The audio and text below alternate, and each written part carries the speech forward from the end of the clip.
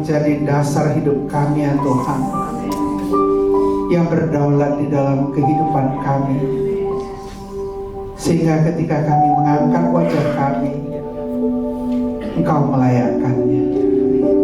Terima kasih Tuhan, terima kasih untuk sesi demi sesi yang sudah kami lewati.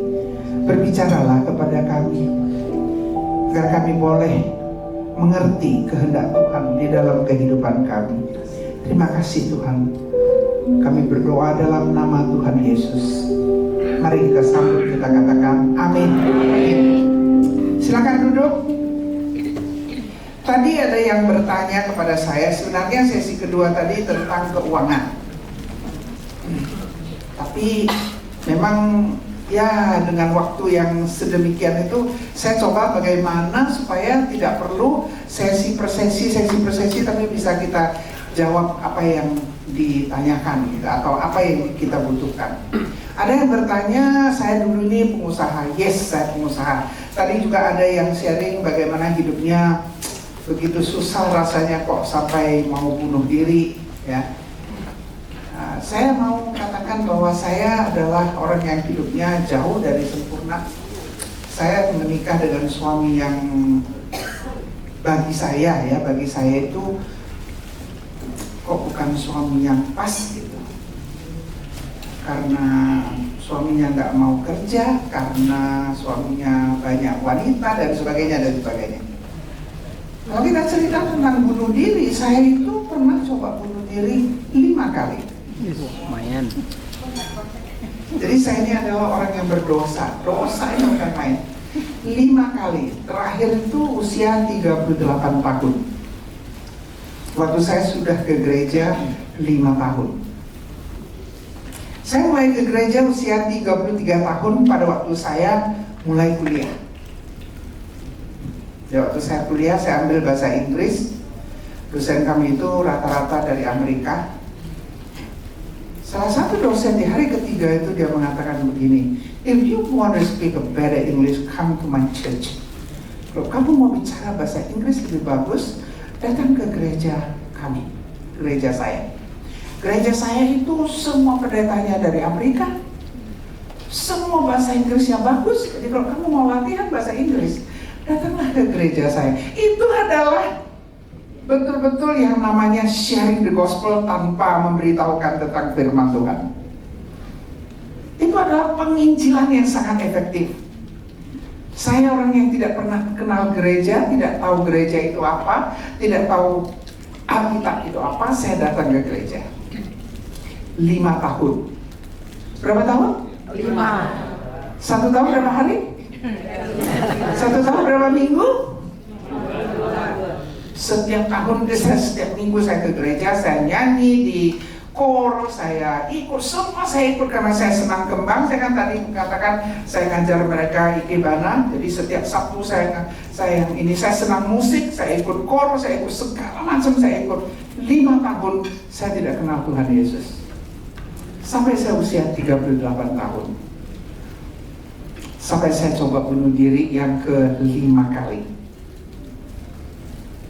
Kaget kemarin waktu di Eropa ketemu dengan Susi, anak dari dokter pribadi saya dulu. Jadi waktu itu saya pikir kok nggak mati-mati ya. Jadi ke-5 kali itu saya bunuh diri itu, saya coba bunuh diri itu dengan minum Mogadon. Ada dokter nggak di sini? Ada yang belajar dokter farmasi? Saya minum Mogadon 51 butir. Itu jarak tempat tidur saya dengan meja saya itu hanya 1,5 meter. Saya belum selesai minum, saya sudah tidak bisa jalan ke tempat tidur saya. Nah itulah saya pikir baru saya bisa mati. Rupanya saya berada di sini hari ini, coba ya bayangin ya, nggak mati. Nah dokter itu tanya kepada saya pada waktu saya sudah keluar dari ICU, dia tanya kepada saya, Nyonya, kalau di Medan itu Nyonya ya, Nyonya, apakah Nyonya tidak sayang sama anak-anak Nyonya? Saya kaget, saya bilang sayang. Dia bilang kalau sayang, kalau Nyonya mati, siapa yang akan mengasihi yang membesarkan anak-anak itu? Wah, saya kaget sekali. pertama adalah saya merasa tanggung jawab saya sebagai seorang ibu. Anda boleh mengatakan apa saja, tapi Tuhan telah meletakkan begitu banyak di bawah tanggung jawab Anda.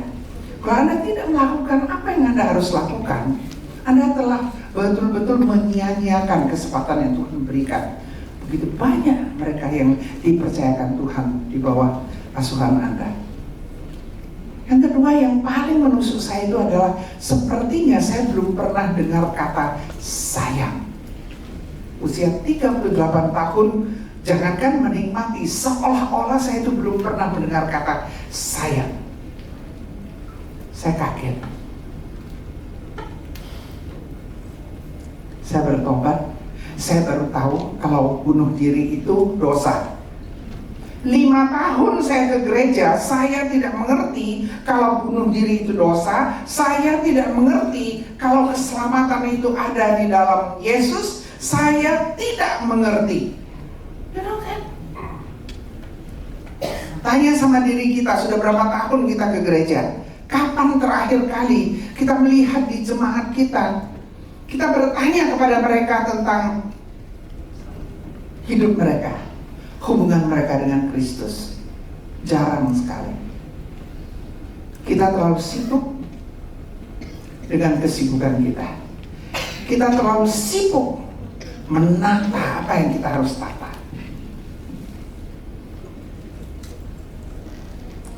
Andai kata saya tidak ditanya tentang kata sayang, hari ini saya belum kenal Tuhan Yesus.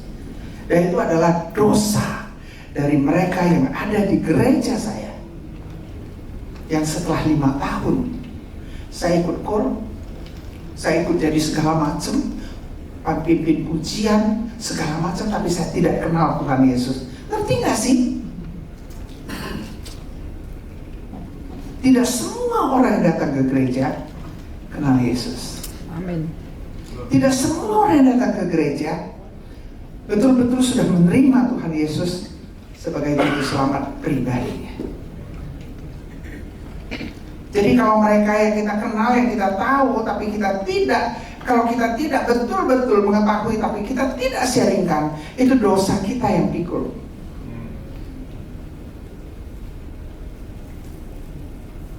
Saya bertobat. Mulai dari saat itu pekerjaan saya adalah kepada siapa aja saya ketemu. Hari ini saya masih berhubungan dengan kelompok yang bukan kelompok Kristen. Karena kalau kita tiap hari hanya di gereja, hanya dengan saudara-saudara kita, kapan kita bisa men-sharingkan kepada mereka yang belum kenal Tuhan Yesus? Saya kalau disuruh bicara, di mana saya itu dari Toastmasters International, saya kalau bicara sampai orang itu bilang, aduh ini pendeta lagi yang ngomong. Mereka sampai bilang kalau saya datang itu saya udah seperti khotbah aja gitu. Tapi saya tahu mereka adalah kelompok-kelompok yang belum kenal Tuhan Yesus, banyak sekali. Kalau kita nggak keluar dari zona nyaman kita, bagaimana kita bisa menjangkau mereka? Ini menjawab tadi yang ada yang bertanya, ada yang bicara soal bunuh diri dan sebagainya. Ada juga, karena waktu kita singkat sekali, saya tidak tahu bagaimana menyelesaikannya. Jadi apa yang saya bisa sampaikan. Ada yang mau bertanya, nanti bertanya. Kita tadi bicara tentang keuangan, tetapi saya juga tidak sempat masuk. Yang saya mau kita belajar adalah uang itu sangat penting dalam hidup, tetapi bukan yang terpenting. Mengapa saya tahu bahwa uang itu penting? Saya pernah begitu susah, saya tadi katakan saya pernah tidur di bawah jembatan. Jadi bagi saya uang itu sangat penting. Tetapi tidak sepenting sampai saya harus menjual hati saya. Ada yang tanya tadi bagaimana mengatasi keuangan dalam dunia sekarang ini. Saya mulai dari tidur di bawah jembatan, sampai saya mulai ngajar orang masa, ngajar bahasa Inggris, sampai saya mulai mengumpul besi tua. Sampai satu saat saya menjadi referensial, saya menjadi pengusaha besi tua, saya punya pabrik besi. Bukan satu, bukan dua, tapi 3. Keren? Keren ya? Wanita punya pabrik besi 3. Itulah saya. Keren? Keren. Keren? Luar biasa. Mantap? Luar biasa.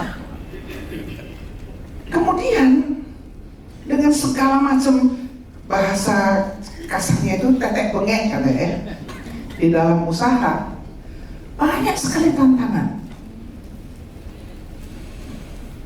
Pajak. Saya mau hidup berintegritas, perusahaan saya harus punya integritas, tidak boleh bohong pajak. Saya kalau masalah pajak itu udah habis-habisan. Anda jangan tanya kepada saya soal uang, jangan tanya kepada saya tentang bangkrut atau tentang sukses. Kalau di sini ada orang sangat kaya, saya mau Anda tahu bahwa saya pernah lebih kaya dari Anda. I don't know berapa kaya Anda di sini, tapi saya berani mengatakan saya lebih kaya dari Anda. Uang saya banyak. Apa aja saya mau lakukan, saya bisa lakukan. Saya bangun pagi, kalau saya ingat saya mau beli mobil baru, saya tinggal telepon suruh kirim. Dulu. Anda juga nggak usah bilang Anda miskin. Di sini kalau ada orang yang paling miskin, saya mau Anda tahu saya lebih miskin dari kalian. Karena saya pernah hidup di bawah jembatan dan tidak makan berhari-hari. Sekarang saya dari orang miskin, saya jadi orang kaya. Saya pernah hidup sukses dan saya pernah bangkrut. Bangkrut saya bukan satu kali. Tuhan itu memang kalau ngajarin saya itu hebat sekali. Beberapa tahun yang lalu saya putuskan tutup pabriknya. Karena tidak bisa betul-betul melaporkan pajak dengan benar. Saya nggak pernah makan pajak ya. Saya tidak pernah tipu pajak, tidak pernah bohong pajak. Tapi tidak bisa melapor dengan benar karena sistem. Karena sistem. Di sini kan ada konsultan, ada ini ya. Kenapa sistemnya itu nggak bisa? Saya pabrik besi, tahu pabrik besi? Pabrik besi itu kalau jual besi harus terima PPN, betul? Di sini ada pengusaha nggak? Kalau nggak ada pengusaha nggak usah cerita duit deh. Kalau semua pendeta itu nggak ada yang ngerti duit. Kalau ada yang pengusaha, profesional angkat tangan. Kalau nggak ada nggak usah cerita. Ngapain nggak cerita? Ya udah nggak usah tutup. Mau dengar nggak? Mau. Kalian nggak ngerti duit, ngapain? Hah?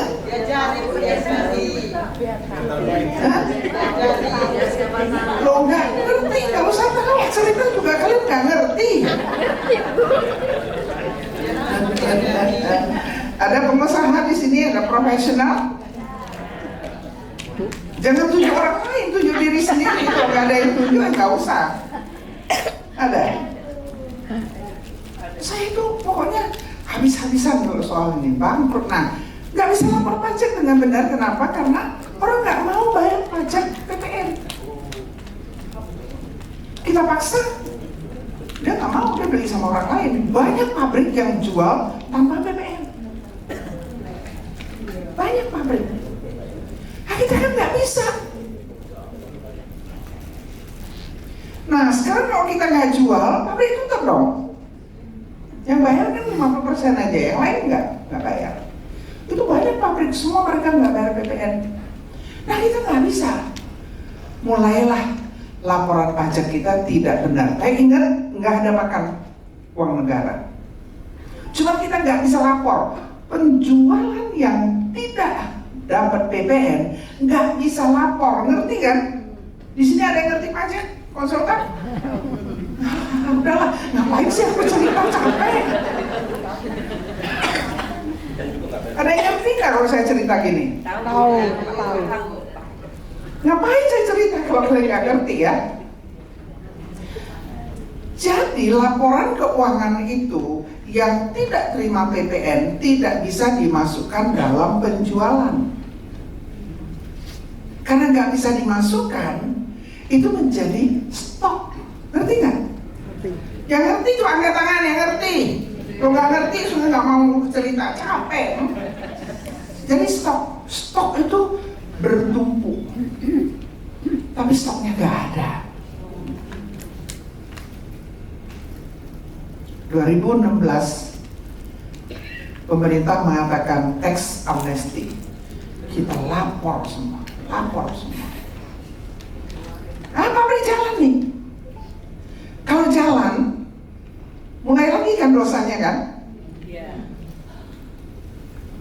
Dua pilihan, tutup atau tetap seperti biasa. Saya bilang tutup. Itulah kalau kita berani menjalankan integritas sesuai yang Tuhan mau. Tutup. Jadi sekarang udah gak ada pabrik. Sekarang udah ada pengangguran.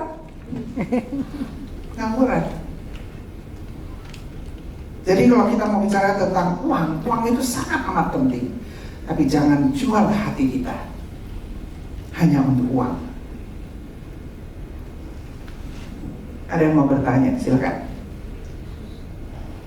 Ini saya udah cerita dua, satu tentang bunuh diri, jawab yang bunuh diri tadi, yang satu jawab tentang usaha saya apa. Saya ini pengangguran.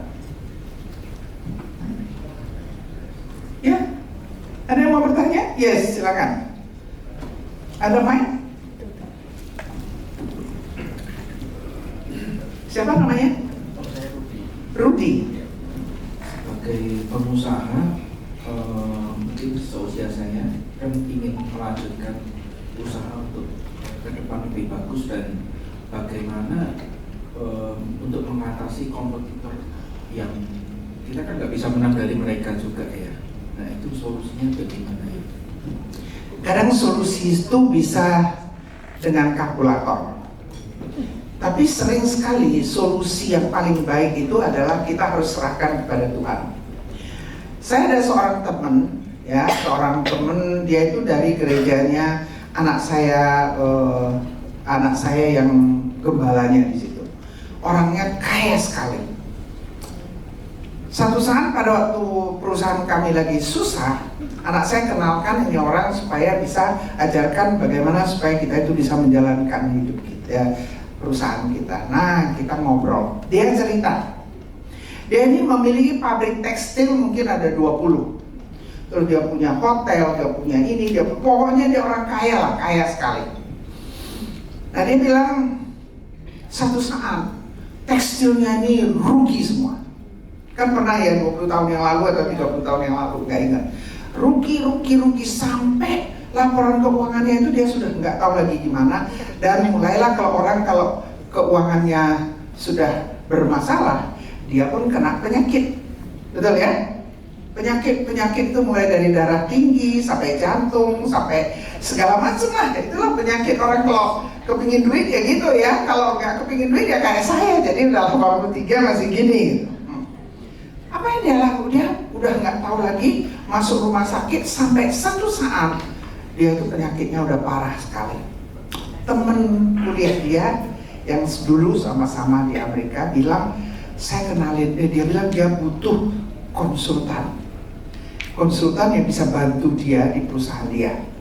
Nah, temannya mengatakan, saya ada seorang konsultan, saya kenalin sama kamu.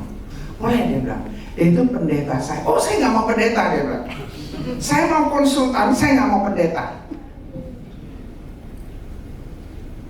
Kawannya bilang, ya ini dulu bekas konsultan, kan anak saya bekas konsultan di Amerika, konsultan besar di perusahaan besar kan. Dia nggak mau konsultan, ya udah nggak jadi ketemu.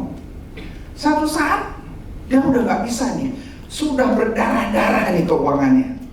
Ya udahlah, dia ketemulah dia dikenalkan dengan anak saya. Jadi waktu sudah mau ketemu, dia bilang sama kawannya itu, saya nggak mau ketemu sama orang lain, saya hanya mau dengan konsultan itu saja, dengan pendeta itu. Sampai kawannya pun dia nggak boleh ikut. Ya udah, mereka berdua. Dia cerita, dia bilang, tahu nggak Mam, saya ketemu dengan anak saya, dia bilang dia ketemu. Sebelum dia kasih tahu, dia udah cerita ini masalahnya banyak. Dia bilang, si Harlem bilang, oke, saya siap menjadi konsultan kamu. untuk perusahaan kamu yang sekian puluh. Tapi hal yang pertama, kita harus mulai dari baca Alkitab.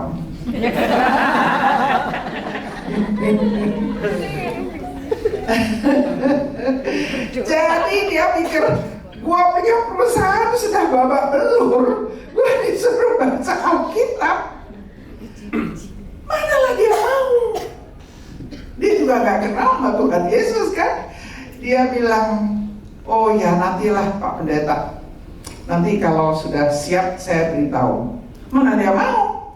Dia bilang, anak saya kasih dia satu kartu nama, nanti kalau sudah siap telepon saya.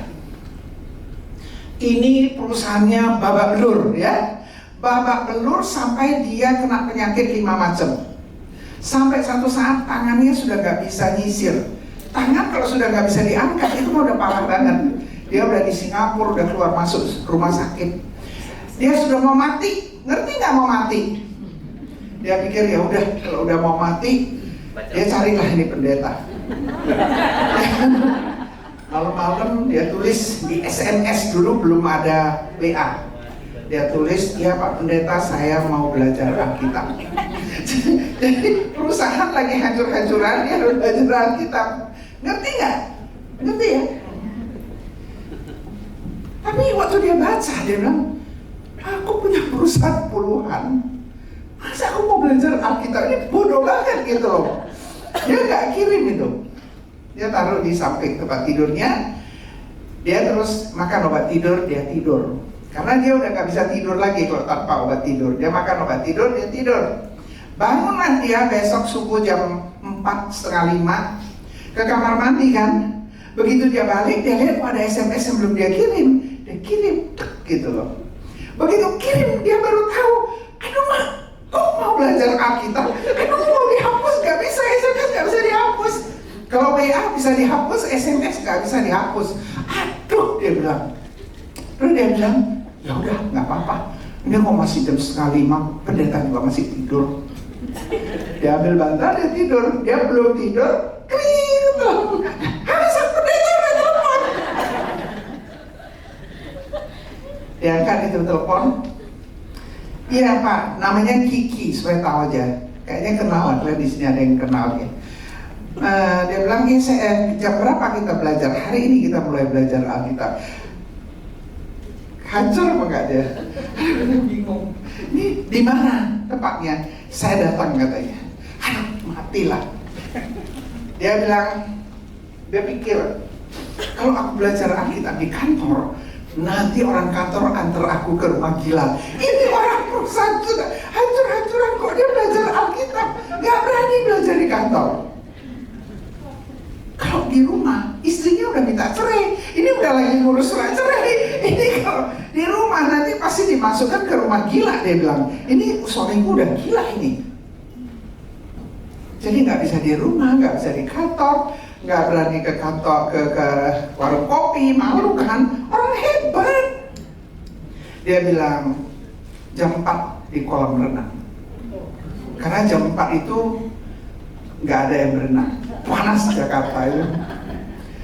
Jadi harus siapkan Alkitab. Dia bilang dia kelilinglah kota Jakarta, dia carilah Alkitab yang segini itu kan ada yang New Testament itu yang kecil itu loh ya, yang warna biru itu.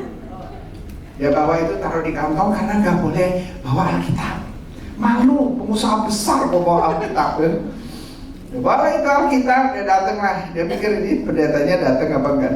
Datang pendetanya gitu loh.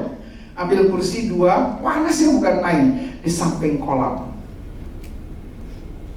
Mulai hari itu, dia mulai baca Alkitab, dia terus diam.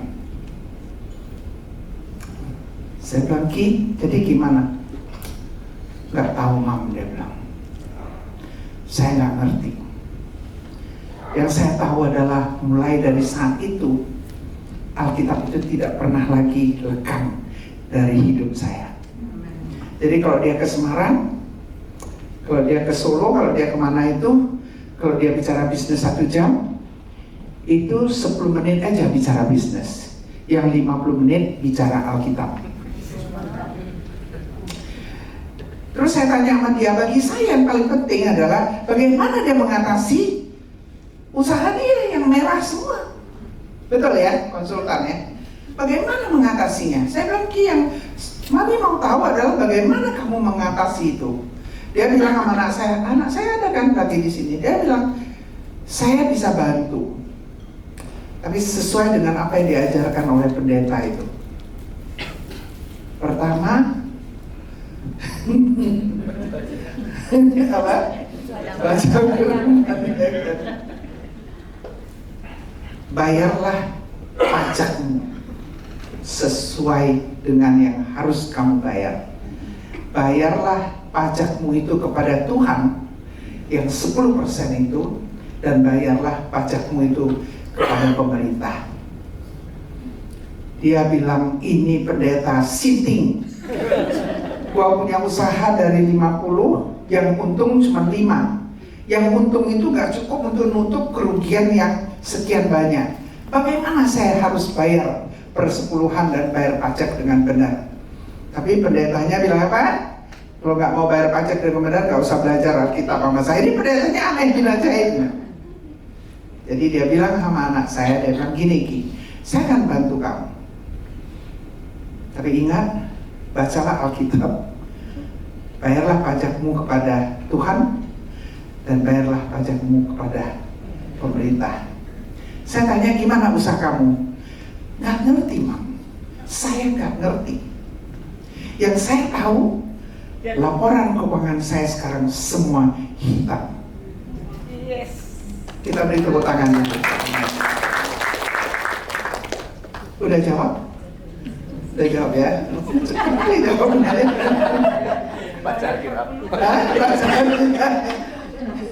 Jadi kita percaya nggak sama Tuhan? Ayo jujur aja, kita percaya nggak sama Tuhan? Percaya.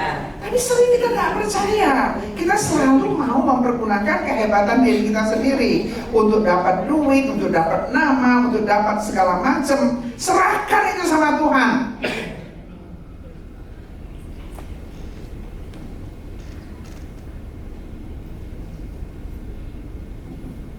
Sampai hari ini katanya laporan keuangannya masih hitam.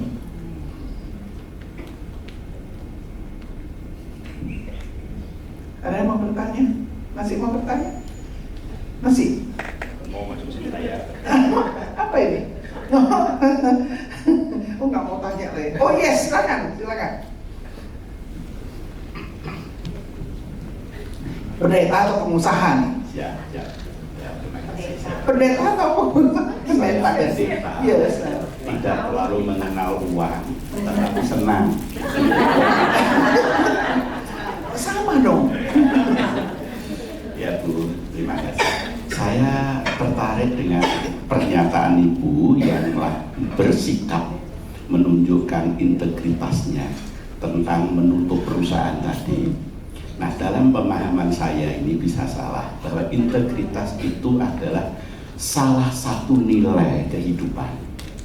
Tentu ada nilai yang lain. Nah, ketika Ibu mau menunjukkan integritas perusahaan ini bayar pajaknya karena sistem yang mungkin tidak beres lalu tutup. Tetapi di sisi lain ada tenaga-tenaga kerja mestinya karena pabrik ada yang bekerja kan Bu? Iya, banyak. Dan tenaga-tenaga kerja itu sebagian mungkin juga sudah punya keluarga, punya anak. Anaknya bisa jadi 5, 7, 8, mungkin lebih banyak juga. Artinya satu orang yang bekerja di tempat itu bisa menghidupi beberapa orang di belakangnya. Ketika Ibu mengambil keputusan menutup pabrik itu, kira-kira pertimbangan apa saja yang membuat Ibu bisa melakukan tindakan itu? Terima kasih. Terima kasih. Di dalam peraturan tenaga kerja itu jelas sekali. Kalau yang kerja 1 tahun, dia dapat pesangon berapa? Kalau dia kerja 20 tahun, pesangonnya berapa? Memang berat. Setelah bayar ya, gue gak punya duit. Tapi yang paling lucu, tambah gendut. Sampai hari ini belum pernah mendengar ada mereka menderita. Dan mereka itu yang kerja sama kita itu lama sekali. Saya punya sekretaris sekarang yang masih kerja sama saya itu sudah 38 tahun. Supir saya meninggal 1 tahun yang lalu. Dia sudah kerja sama saya 36 tahun. Meninggalnya juga di tangan saya. Gimana?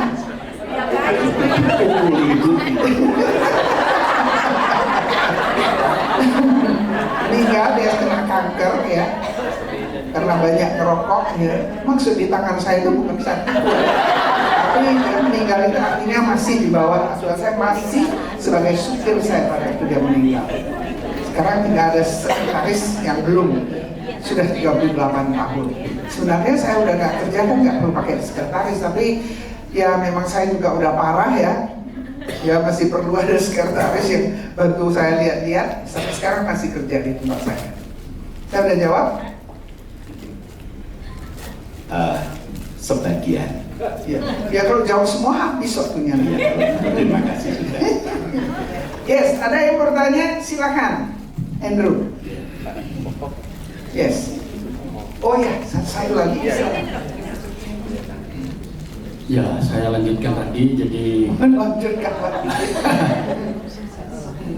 pertanyaan begini. Jadi saya sudah kenalan. Ya, saya pendeta. Jadi walaupun Pendeta lagi ya. ya walaupun kalau berbicara tentang uang itu mata terbuka. Bersinar ya. Bersinar. Benar. Saya bukan pengusaha, tapi punya jemaat yang pengusaha. Lalu satu hal, dia ada pergumulan yang berat. Kadang-kadang yang terjadi di lapangan itu seorang pemutus ambil pajak itu kadang semena-mena. Pada waktu toko itu ramai, dia datang, standarnya itu. Padahal toko tidak mesti ramai. Lalu untuk menyiasati itu maka dia ada sekonsultan, lalu dibuatlah strategi bagaimana pajak itu bisa turun begitu. Lalu kira-kira dalam integritas ini, karena dari pengambil pajak itu semena-mena, lalu pengusaha itu juga pakai caranya, kira-kira integritasnya kosong-kosong atau memang ada? Saya nggak ngerti dibilang pajak itu semena-mena dan pengusaha ini kayaknya ini sekali sapu semua kena. Nggak boleh itu. Masa pajaknya semena-mena? Gini, bukan. Jadi tukang pajak itu kan Tukang pajak pun jadi tukang pajak. Ya. Ya, pernah ke pajak itu turun untuk start melihat perusahaan ini bagaimana sehatnya. Lalu dia akan mengambil pajak sesuai dengan income keluar masuknya barang itu. Padahal di toko itu tidak selalu ramai. Tapi petugas pajak itu karena itu pada waktu ramai diambil itu, tapi nggak pernah memperhatikan pada waktu toko itu susut. Nah, kan semena-mena itu jadi. Nah, oleh karena semena-mena, pengusaha juga punya cara juga, cari konsultan. Ini caranya. Nah, betul cari konsultan, betul. Ya, akhirnya, ya sejujurnya memang tidak sebesar itu membayarnya, tetapi anggap saja nggak berdosa karena dia begitu begini, kamu begini, saya begini, nah, gitu ya. Ya betul, kalau kita minta konsultan untuk mengerjakan yang tidak baik itu nggak boleh ya. Saya cerita soal pajak, mau dengar ya pajak ya? Tahun 84, saya waktu itu saya ada usaha di samping kerja besi, di samping ini saya juga ada buka farmasi Tegal. Jadi saya jual itu ke seluruh Sumatera. Di Medan itu aneh bin ajaib, di tahun 80-an itu pajak itu minimal laporan pajak itu keuntungan harus 40%. Di mana sih ada keuntungan 40%? Ya nggak mungkin. Nah cerita ya, saya sebagai pharmaceutical department itu terima komisi dari pabrik 7%. Kalau di sini ada yang kerja farmasi ya, 7%, 3% harus kita berikan kepada toko obat atau apotek. Tinggal berapa persen? 4%. Wah, bisa ngerti juga ya. Nah, 4% itu harus kita berikan kepada detailman atau salesman 1%. Tinggal berapa persen? 33%. 3% itulah biaya kita, keuntungan kita. Jadi keuntungan kita itu paling tinggi itu 2%. Saya ambil contoh, kalau saya omsetnya 100 juta, artinya 1 tahun itu untungnya 2 juta. Betul ya? Tapi kalau di Medan, kalau lapor 100 juta omset, keuntungannya harus berapa juta? 40 juta. Kan nggak bisa. Pakai konsultan pajak.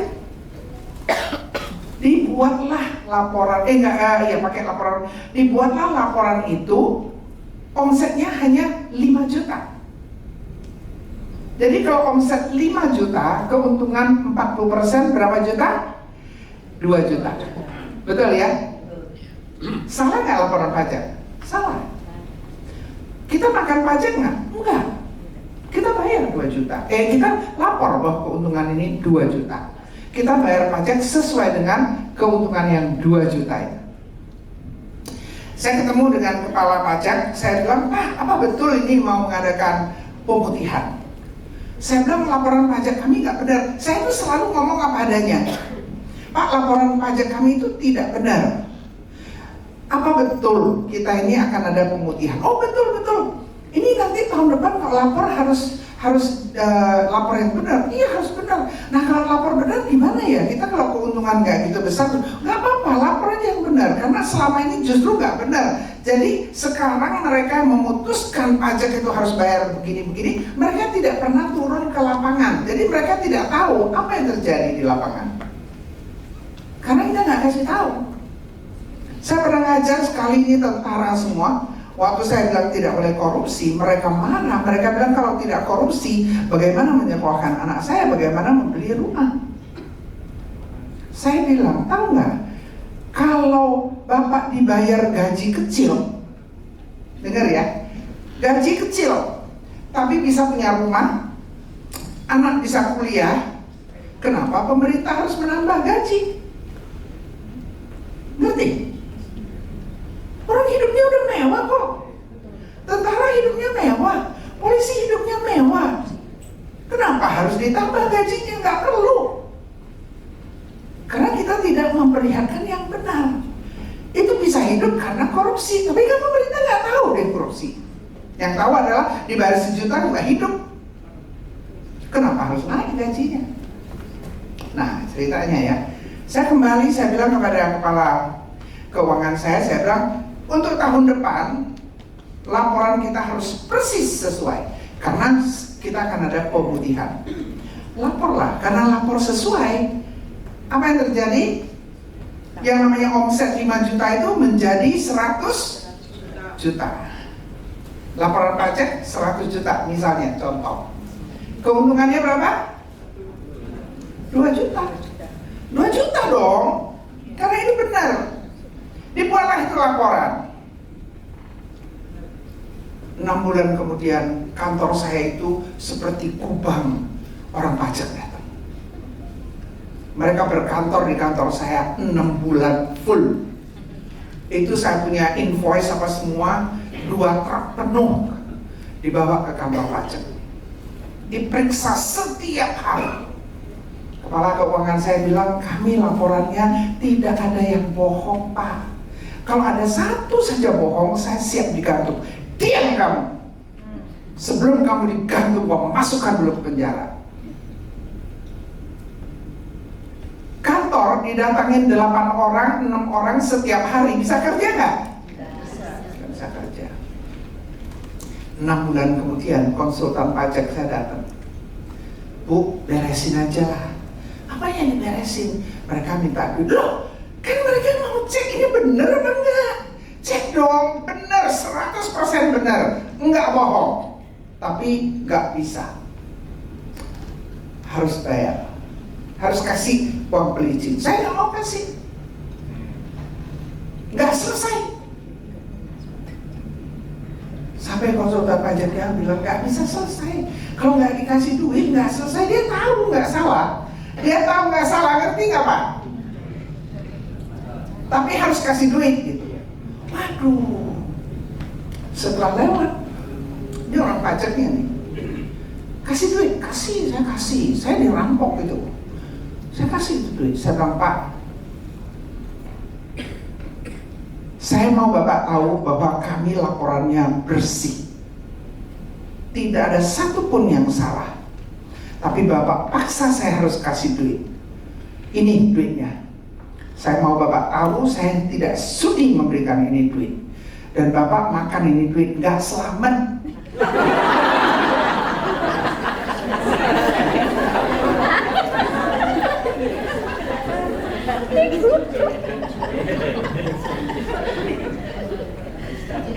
Ngerti Pak? Sampai hari ini saya tidak pernah lapor pajak sendiri. Saya pakai konsultan. Saya bilang sama konsultan, ini dia kejadiannya. Saya nggak mau makan uang pemerintah. Lu tolong bikinkan sesuai dengan ini loh yang kami terima. Lu mau bikin kayak apa, I don't care. Tapi saya tahu saya nggak makan pajak. Saya tahu saya benar. Ngerti Pak? Udah jawab? Udah puas?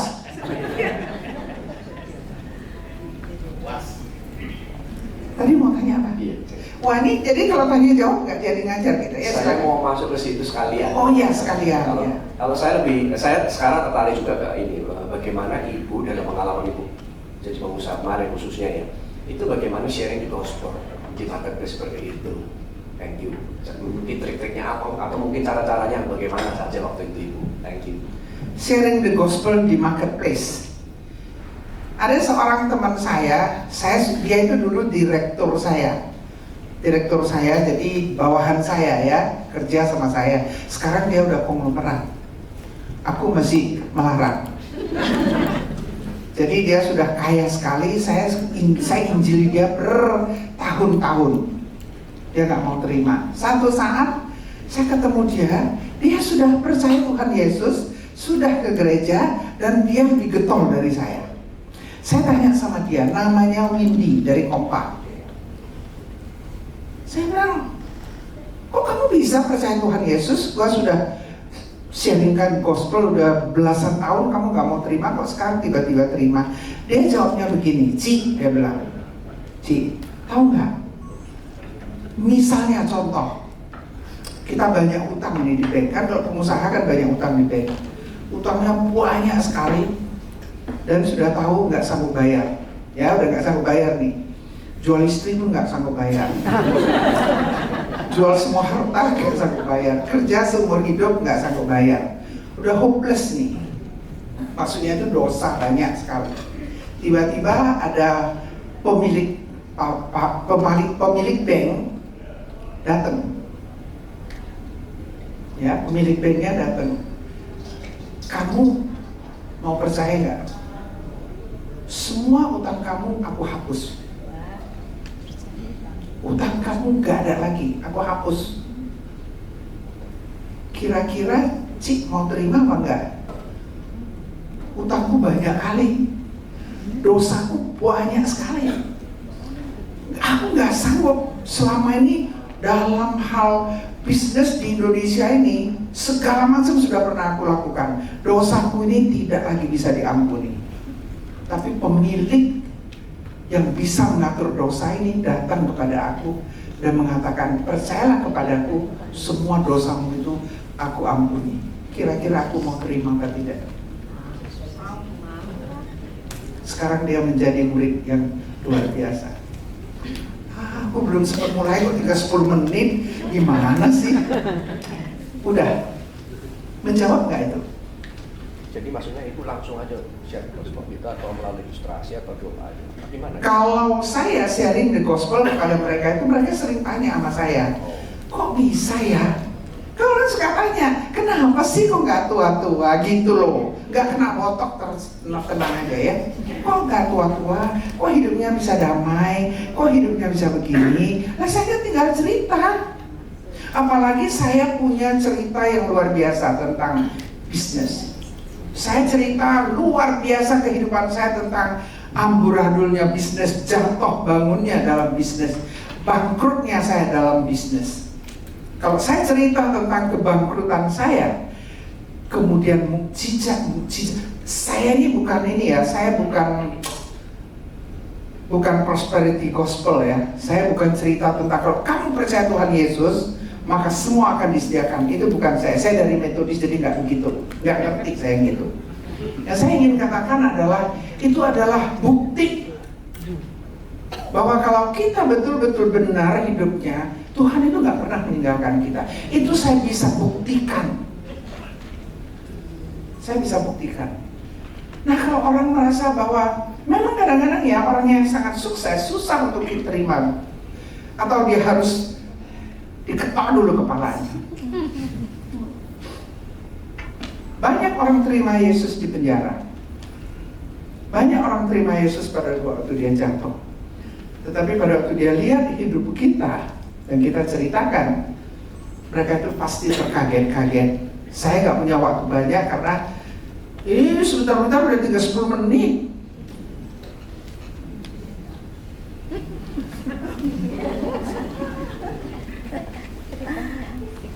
Itulah yang dikatakan integritas. Hidup kita itu mencerminkan kita itu seorang yang percaya, seorang pengusaha yang percaya, yang hidup benar, yang Tuhan sertai. Anda percaya nggak? Banyak sekali pengusaha, banyak sekali orang kaya, banyak sekali konglomerat, mereka hidup dalam keadaan stres. Percaya? Saya. Enggak lah, kalian sudah menderita semua. Percaya? Saya. Percaya? Nah, pada waktu mereka bisa melihat ada pengusaha, ada manusia yang bisa hidup bebas dari segala macam tekanan, itu bagi mereka itu, mereka beli dengan miliar pun nggak bisa dapat, dan mereka inginkan itu. Saya mau Anda percaya bahwa 75% dari mereka orang kaya, mereka hidupnya stres. Jadi yang di sini ini semua bahagia lah. Udah. Aduh, tinggal 5 menit gimana menyelesaikannya ya? Lanjut. Saya mau kita tahu bahwa tahun 2023 populasi dunia itu 8, sekian miliar, ya. Jadi di populasi yang gitu banyak, 1/3 yang percaya kepada Tuhan Yesus antara seperti Anda dan saya. 2/3 lagi belum percaya. Di antara 2/3 itu 1/3 belum pernah dengar nama Yesus. Sama seperti waktu saya usia 38 tahun, saya belum pernah kenal dengan Tuhan Yesus. Nah, kita yang ada di ruangan ini, yang sudah diberkati Tuhan dengan begitu luar biasa, kita tidak benar-benar ikut ambil bagian men-sharingkan kasih Kristus kepada mereka yang belum pernah dengar. Itu adalah dosa yang paling besar. Saya mau Anda tahu nanti pada waktu kita mati, Tuhan itu tidak tanya berapa jemaat kamu. Tuhan tidak tanya berapa besar gedung gereja kamu. Yang Tuhan tanya sudah berapa jiwa yang kamu jangkau. Di tahun 2001 atau 2000 ya, Muhammad Gaddafi mengatakan demikian. Tahun 2050 Eropa dan Amerika akan menjadi negara Islam. Sekarang kami masih mempergunakan bom, masih mempergunakan pedang. Satu saat nanti tidak lagi dibutuhkan bom, tidak lagi dibutuhkan teroris, tidak lagi dibutuhkan pembunuhan. Hanya dengan kelahiran kami, hanya dengan melahirkan anak cucu sebanyak-banyaknya, dunia ini akan dikuasai oleh Islam. Hari ini tahun 2025, saya dengar itu video 25 tahun yang lalu, 22 tahun yang lalu. Saya bisa lihat pergeseran dari kekristenan dan keislaman. Tahun 90-an kalau kita ke Prancis, ke London, kita merasa seperti di rumah kita sendiri. Sekarang kalau kita ke sana, lebih banyak lagi yang berjilbab, yang rokok, yang ludah ke sana sini. Kemarin saya baru dengar satu video, ada satu orang kena marah di Kanada karena tidak diizinkan apa gitu. Dia bilang, kamu tahu nggak, dia bilang, kamu buka mata kamu. Percaya atau tidak, berapa tahun lagi Islam akan menguasai negara ini. Bukalah mata kamu. Mereka berani ngomong begitu. Mereka berani. Karena apa? Karena kita terlalu santai. Kita hidup di dalam lingkungan kita terlalu santai. Di Indonesia berapa banyak yang belum terjangkau. Begitu banyak, setiap hari kita terima itu. Berapa banyak yang belum terjangkau, yang belum pernah dengar. Apakah kita peduli? Dan kita itu harus berbuah untuk Kristus. Di Markus 11, 12-14, mari kita baca 1, 2, 3. Keesokan harinya, sesudah Yesus dan ke-12 muridnya meninggalkan Betania, Yesus merasa lapar. Dan dari jauh dia melihat pohon ara yang sudah berdaun. Dia mendekatinya untuk melihat kalau dia mendapat apa-apa pada pohon itu. Tapi waktu dia tiba di situ, dia tidak mendapat apa-apa selain daun-daun saja. Sebab memang bukan musim buah ara. Maka katanya kepada pohon itu, jangan lagi seorang pun makan buah selama-lamanya. Dan murid-muridnya pun mendengarkan. Pohon ara itu, ini Yesus yang mengutuk pohon ara, bahwa seumur hidup tidak akan berbuah lagi. Mengapa sih? Karena pohon ara sebenarnya dikatakan di situ ya, Yesus itu lapar, dia melihat ada pohon ara, dia datang di situ, pikir ada buah, tidak ada buah, dia langsung marah. Mengapa? Karena pohon ara yang pertama kita tahu harus berbuah sebelum berdaun. Banyak orang nggak tahu. Jadi kalau pohon ara sudah berdaun, dia seharusnya sudah berbuah. Memang aneh ya, kan biasanya kan bunga dulu, ya, daun dulu, kemudian bunga, baru buah. Pohon ara itu diciptakan demikian anehnya, dia berbuah dulu, baru berdaun. Jadi pada waktu Yesus melihat pohon ara itu berdaun, dia pikir dia bisa mendapatkan buah. Tapi rupanya nggak ada buahnya. Pohon ara itu tidak berbuah. Padahal pohon ara itu diciptakan untuk berbuah. Yang kedua, pohon ara itu diciptakan untuk berbuah, untuk memberi makan sang pengembara. Pengembara yang melewati padang pasir yang begitu panas. Mereka itu kalau menemukan pohon ara, mereka itu bisa dikenyangkan. Jadi fungsi pohon ara adalah berbuah untuk memberi makan sang pengembara. Jadi kalau pohon ara itu tidak berbuah, pohon ara itu tidak berfungsi sesuai dengan ciptaan.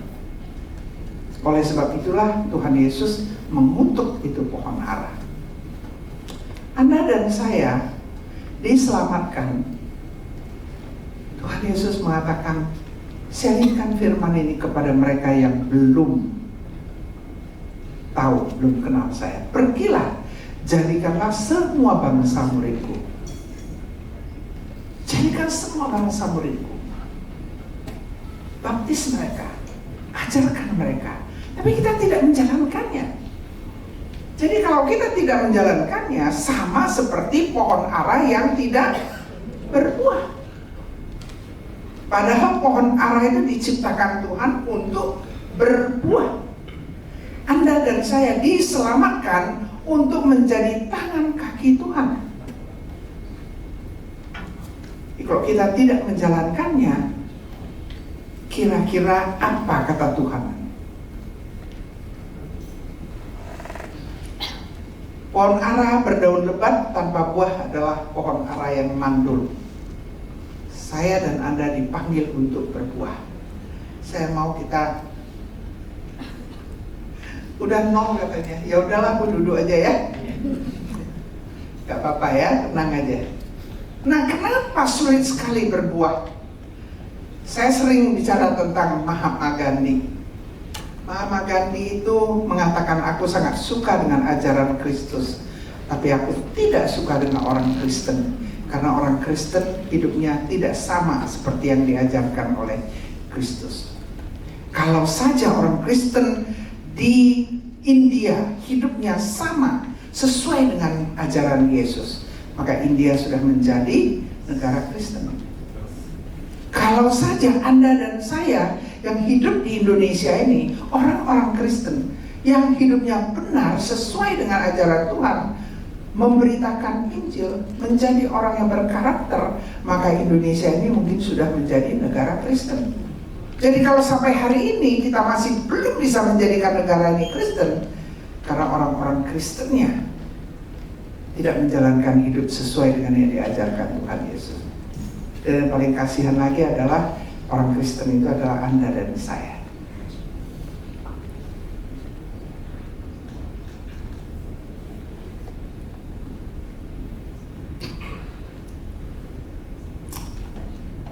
Sedikit lagi ya. Peter Drucker mengatakan orang yang boleh dipilih untuk menjadi pemimpin yang benar, yang baik, dia harus kompeten, dia harus memiliki komitmen, dan dia itu harus memiliki karakter yang baik. Sorry ya, salah. Nah, kalau seseorang itu memiliki ketiga-tiganya ini, nilainya itu 100%. Berapa? 100. Berapa? 100. Bagus. Tapi kalau seseorang, nah ini kan dari HDR. Kalau seseorang itu setelah dilihat dia kompeten, dia juga karakternya bagus, tetapi dia tidak komit, agak malas, enggak betul-betul ini. Nah, ini orang hanya bisa diberi nilai 66. Betul ya? Nah, kalau seseorang itu dia itu komitmennya tinggi, dia juga punya karakter, tapi dia tidak kompeten, sekolahnya kurang, dia juga dapat 66. Dia harus pergi kuliah lagi, dia harus dikirim ke seminar, dia harus di training. Nah, tetapi kalau seseorang dia punya kompetensi dan juga punya komitmen, tapi karakternya tidak benar, kira-kira dari HDR kasih dia berapa nilai? Nah, ya berapa? AFP? 0. Kejam kali nih orangnya. Terus saya sampai kaget dengarnya ya. 0.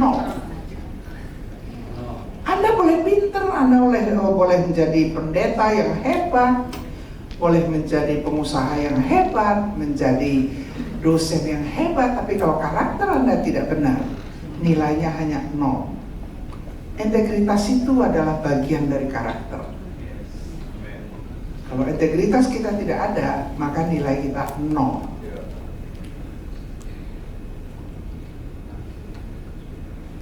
Ada yang mau bertanya? Ini udah sesi tanya jawab ya? Betul ya? Ini sesi tanya jawab ya? Betul? Betul apa enggak? Yes. Berapa menit? 20 menit ya? Siapa yang mau bertanya? Silakan. Saya sudah selesaikan, keuangan sudah, karakter sudah, hebat kali saya cepat.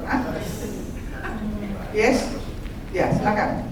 Ya, tentang amanat agung, Bu. Seringkali orang berpikir bahwa kalau bermisi amanat itu selalu ada di lapangan. Padahal kan sebenarnya orang Kristen bisa mengambil peran untuk amanat agung. Apakah dia harus ke lapangan? Kan tidak harus. Itu yang pertama. Yang kedua, sehubungan dengan integritas tadi, saya setuju yang menolak tadi. Berarti kalau misalkan di dalam entah itu gereja, entah itu perusahaan, jika ada satu rekan kerja yang punya potensi yang bagus, tapi toksik, kalau bahasa sekarang tidak punya karakter yang baik, mau di-cut atau enggak? Terima kasih. Ya, ya, oke. Ada lagi?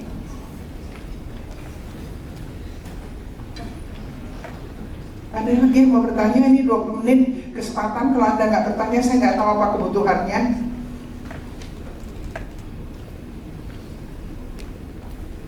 Nggak ada yang mau bertanya atau? Yes, silakan. Bu, bagaimana kita supaya memiliki kompetensi, karakter, dan komitmen yang bagus? Gimana pertanyaannya? Bagaimana?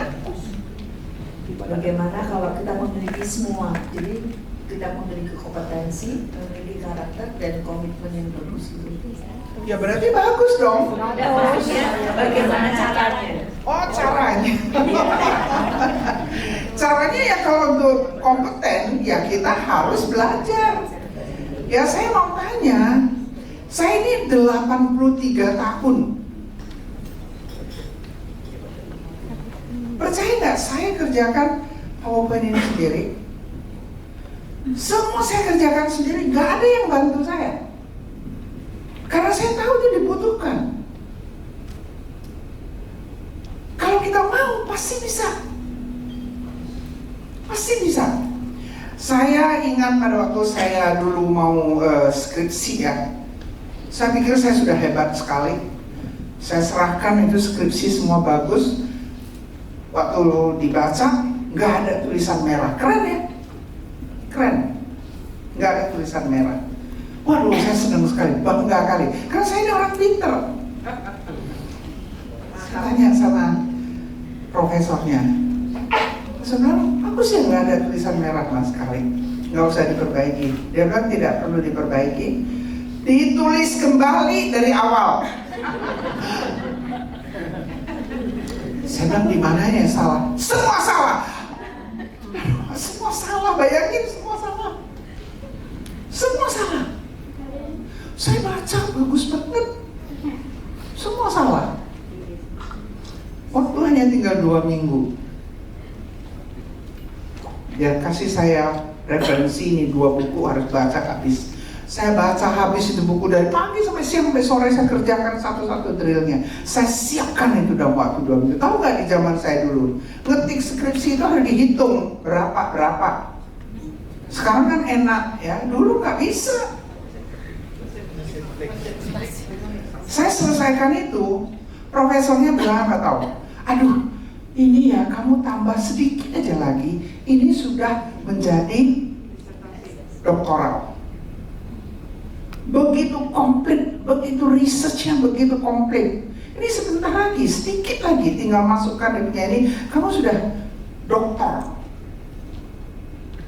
Pertanyaannya mau apa enggak kita? Kompetensi bisa dipelajari. Komitmen bisa dipelajari. Bisa dilakukan kalau kita komit. Saya kemarin dulu malam baru tiba. Selama 20 hari saya tidak banyak waktu untuk masuk internet. Maklum ya, kalau nggak ada internet yang gitu apa. Jadi begitu saya balik kan saya kan harus tahu apa yang terjadi. Apa yang dibicarakan Sri Mulyani, apa yang dibicarakan Donald Trump, begitu repot begitu ini kan saya baca itu harus saya baca. Kalau enggak saya kan nggak ngerti apa-apa. Saya keluar dari rumah ini mau ngomong apa. Waktu saya habis, tapi saya nggak ngantuk karena mungkin ada jet lag. Saya dari dulu itu kalau traveling, saya nggak pernah jet lag. Saya selalu ajarkan begini cara traveling. Saya sekarang usia udah 83 tahun, saya udah jarang naik pesawat yang panjang begitu. Kalau dulu saya atur, karena saya bisa ke Amerika 2 kali sebulan. Ya, saya nginep 1 malam saya balik. Saya ke London 1 malam saya balik karena pekerjaan. Sekarang kan enggak.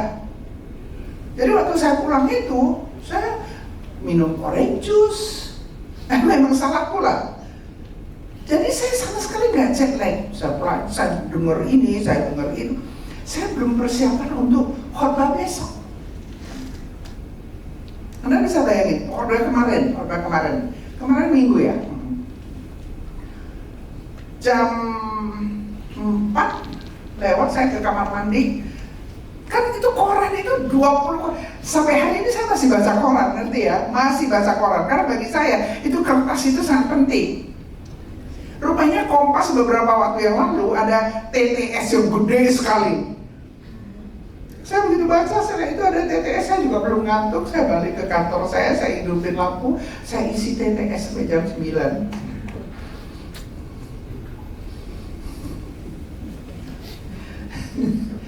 Jadi terus gak lama anak saya datang. Udah lama gak ketemu, anak saya datang. Iya, mami belum siapin ini untuk khotbah besok. Aduh, mami ini Jadi malam minggu itu saya betul-betul nggak 1 menit pun tidur. Karena saya harus persiapan khotbah dalam bahasa berbeda. Kemarin itu saya nggak tahu saya masih bisa hidup apa enggak. Ini komitmen loh ya, bicara komitmen. Saya datang ke gereja itu agak oyong-oyong dikit gitu kan. Oyong-oyong dikit. Saya pun nggak tahu apa saya apa. Dia orang itu bilang bagus, ya wis lah. Yang penting orang itu bilang bagus ya kan. Orang itu kan nggak tahu ya kan. Nggak tidur sekejam mata pun nggak. Kemarin jam 2 lewat berangkat dari sana kemarin. Anak saya bilang ya udah tidur, pikirkan apa yang mau diajarkan sekarang. Kok gimana pikir, otaknya gini-gini gimana pikir? Nggak gampang. Hari ini saya ada berdiri di sini. Apa saya bilang sama Tuhan? Terima kasih Tuhan, saya dikasih kesehatan. Besok malam aku tidur. Maksudnya malam ini. Malam ini saya akan tidur. Tapi komitmen adalah komitmen. Saya janji saya akan berdiri di sini sampai selesai Pak sesi nanti. Sudah itu saya tidur. Komitmen. Tapi yang harus ada adalah karakter. Ada nggak kita karakter yang Tuhan inginkan? Tadi pertanyaannya adalah apakah kita harus menginjili sendiri ya? Pertanyaannya itu tadi ya. Saya mau minta 2 orang ke depan. 2 orang aja, ayo ke depan. 2 orang, saya minta ada 2 orang ke depan.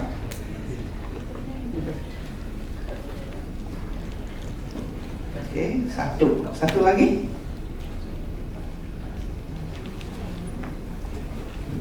Siapa namanya? Ika. Ita. Ini siapa namanya? Rudi ya. Di sini ada Ita, di sini ada Rudi. Ini dua-dua adalah orang yang sangat berkomitmen untuk sharing Injil ya.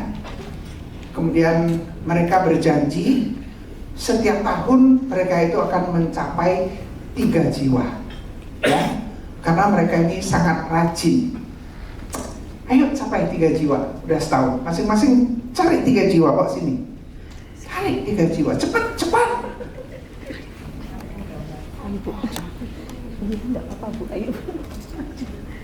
Ayo maju, yuk maju. Kalau diminta maju. 3 jiwa ya.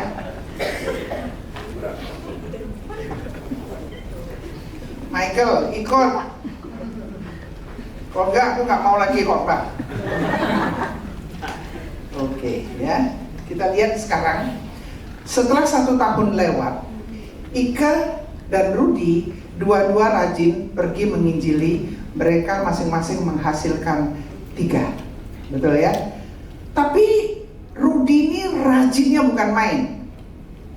Ika rajinnya bukan main. Lu kurang rajin ya. Ika ini rajinnya bukan main. Tahun kedua dia pergi lagi cari 3 jiwa. Yuk cari lagi 3 jiwa. Nah datang si Rudi ini agak males. Dia bilang, ayo mari kita masing-masing cari 3 jiwa. Jangan saya sendiri. Ayo masing-masing cari 3 jiwa. Ya, iya masing-masing. Cepat. Masing-masing 3 jiwa. Agak sana sedikit ya. Masing-masing 3 jiwa. Udah ya? Belum 3 jiwa masing-masing. Udah. Nah, tahun ketiga Ika ini rajin sekali.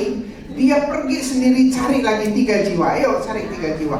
Nah, si Rudi males, dia suruh semuanya masing-masing cari 3 jiwa. Ayo, masing-masing cari 3 jiwa.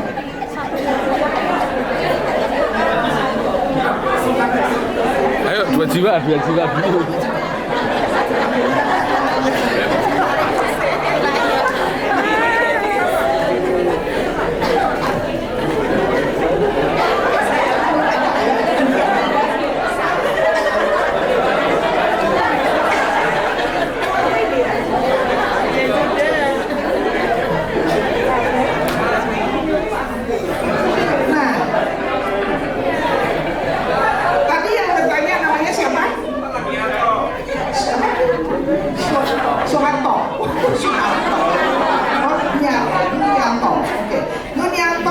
Apakah kita sendiri harus menginjili? Iya, Ika bilang harus sendiri.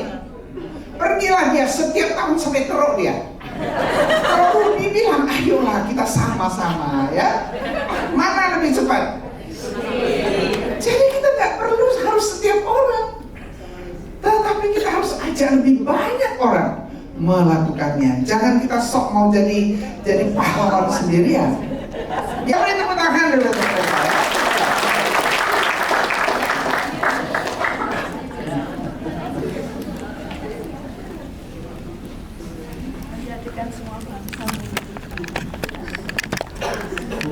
Betul kan?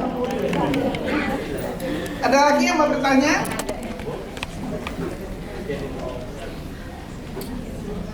Yes, silakan. Ini Evan ini dia udah tambah 30 kilo ini. Kenal dia masih kecil banget. Ya, Mami, dalam tim atau memimpin tim, kadang kita menemui ada anggota tim yang mungkin kurang kompeten dan mereka punya komitmen, mereka punya kompeten, tapi karakternya kurang. Nah, dalam hal ini, bagaimana pengalaman Mami? Berapa waktu lama yang kita bisa berikan batasan dalam memberikan mereka kesempatan untuk berbenah diri? Apalagi kalau dalam dunia pelayanan kan kita sedang mengajarkan yang namanya karakter lebih banyak. Ya, kita tahu tim juga punya goal yang harus dicapai, dan ya ini seringkali menjadi juga penghalang ya di dalam mencapai goal. Di dalam tim itu, setiap anggota tim harus memiliki karakter yang sama, yang bagus, kompetensi yang sama, komitmen yang sama. Kalau tidak, maka sering sekali ini buah mangga yang busuk ini, busuknya itu bisa sampai kemana-mana. Tapi kan kita sebagai orang percaya, orang Kristen, kita nggak boleh langsung cut. Betul. Mari kita sisihkan dia. Kita sisihkan, kita beri kesempatan. Kalau memang bisa diubah, nanti dimasukkan lagi. Ini buah, dia udah busuk nih. Ini harus kita perbaiki dulu. Sampai sudah tidak lagi busuk, tidak lagi bau, udah bagus, kembalikan. Sudah nggak sakit lagi. Tapi kalau memang dia sakit, nggak bisa dimasukkan, hancur semua ini nanti. Semuanya hancur. Kita keluarkan, kita bimbing. Baru kita masukkan kembali. Kalau enggak, itu penyakitnya itu menular. Dan yang lain itu semua jadi stres. Udah jelas? Nanti pulang yang semua satu-satu dibuang ya. Masih ada? Yes, silakan. Ini tentang keuangan. Keuangan, aduh, kurang lagi ya. Saya kemarin kan lihat TV, ya. Saya kemarin lihat TV, lihat pengumuman dari Donald Trump ya. Katanya Donald Trump itu mau menaikkan pajak gitu loh untuk pengiriman dari berbagai negara ke Amerika tuh. Ada yang terkena 3%, sekian persen. Nah, itu kan sepertinya tidak sesuai gitu ya. Bagaimana? Apakah yang dampak apakah dari kenaikan pajak itu untuk setiap perusahaan-perusahaan yang ada di seluruh dunia juga bagaimana cara mengatasinya untuk setiap perusahaan.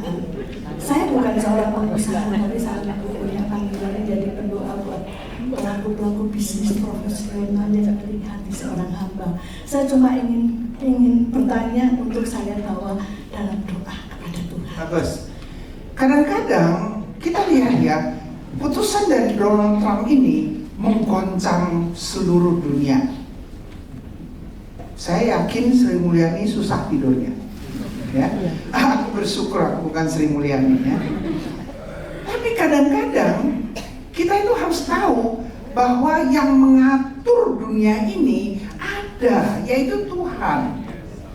Kita tahu nggak ya, kita sering sekali mempergunakan otak kita yang pinter, pikiran kita yang pinter untuk mengatasi semua masalah.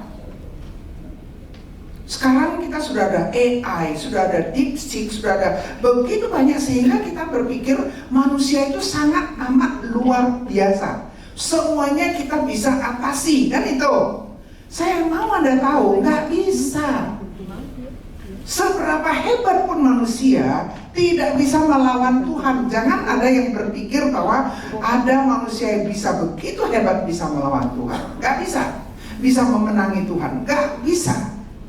Coba kita lihat ya, sampai hari ini hanya untuk naik ke bulan aja itu sudah berapa banyak biaya, berapa banyak yang harus dipikirkan. Jangan pikir, waduh, ini satu saat dengan robot ini kemudian kita manusia akan tidak lagi berguna. Gak usah khawatir. Karena yang menciptakan dunia ini sangat amat luar biasa. Amin. Anda tahu nggak ya? Kalau kita mau lihat kembali, penciptaan ini begitu luar biasa. Bagaimana Tuhan itu menciptakan, gak usah cerita yang lain. Bintang-bintang, bulan-bulan itu. Saya nggak tahu di Solo ini apakah ada terjadi tabrakan antara mobil dan mobil. Ada? Ada, ya kan? Sepeda motor dan sepeda motor. Ada? Ada. Berapa sih kendaraan di Solo? Nggak banyak. Tahu nggak, sang pencipta kita ini yang bisa menciptakan begitu banyak bintang-bintang di langit yang bertebaran, nggak terhitung banyaknya. Bisa nggak kita pikirkan, kok nggak tabrakan sih di atas? Pernah nggak kita pikir, itu sebanyak pasir di pantai, nggak bertabrakan?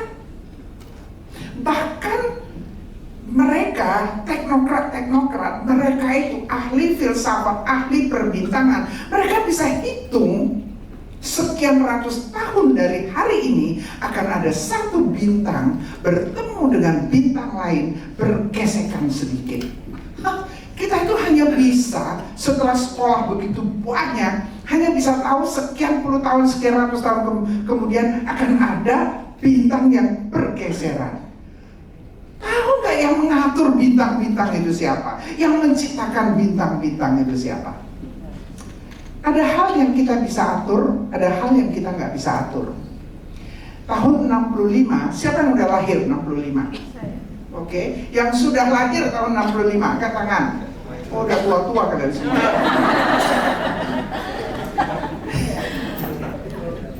Saya tahun 65 itu sudah pengusaha. Ya.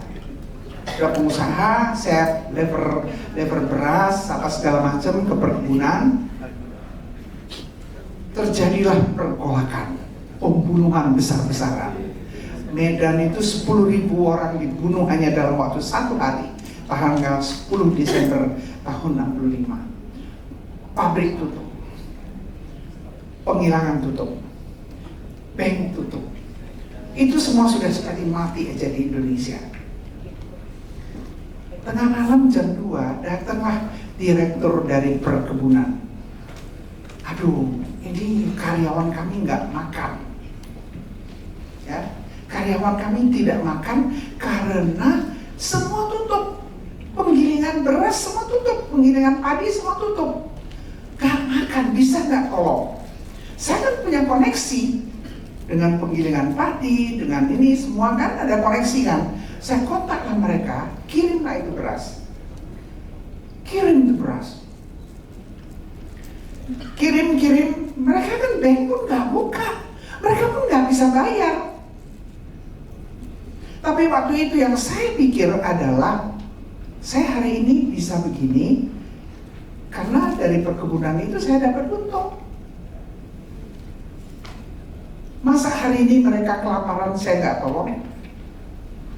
Saya nggak tahu apakah kalau saya tolong mereka, saya nanti masih bisa hidup. Saya nggak tahu. Saya kirim tuh, kirim. Sudah selesai semua. Potong uang, ngerti nggak kalian? Potong uang. Indonesia itu potong uang 1.000 jadi 1 rupiah. Uangku banyak habis. Habis kan? Itu beras yang dikirim mereka nggak bayar. Kemudian kira-kira 6 bulan mereka datang mengatakan, kami utang beras itu berapa?